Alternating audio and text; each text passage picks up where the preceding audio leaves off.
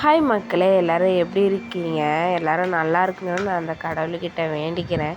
இன்றைக்கி என்ன வீடியோனா, எங்கள் வீட்டு மொட்டை மாடியில் தாங்க ரோஸ் பூத்துக்குது. அதை தான் பார்க்க போகிறோம். பாருங்கள், அவ்வளோ அழகாக பூத்துக்குது பாருங்கள். அதை பார்க்கறதுக்கே அவ்வளோ சந்தோஷமாக இருக்குது. பாருங்கள், எவ்வளோ அழகாக இருக்குது பாருங்கள்.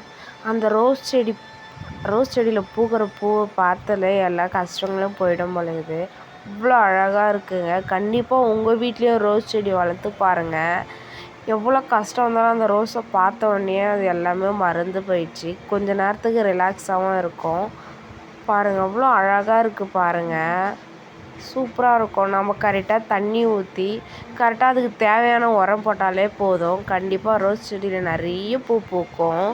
உங்கள் வீட்லேயே வச்சுருந்தீங்கன்னா கண்டிப்பாக நான் சொல்கிறத ட்ரை பண்ணுங்கள். தண்ணி அதுக்கு டெய்லியும் ஊற்றினாலே போதும், அவ்வளோ ரோஸ் பூக்கும். அதுக்கு தேவையான உரத்தையும் கண்டிப்பாக கொடுக்கணும்.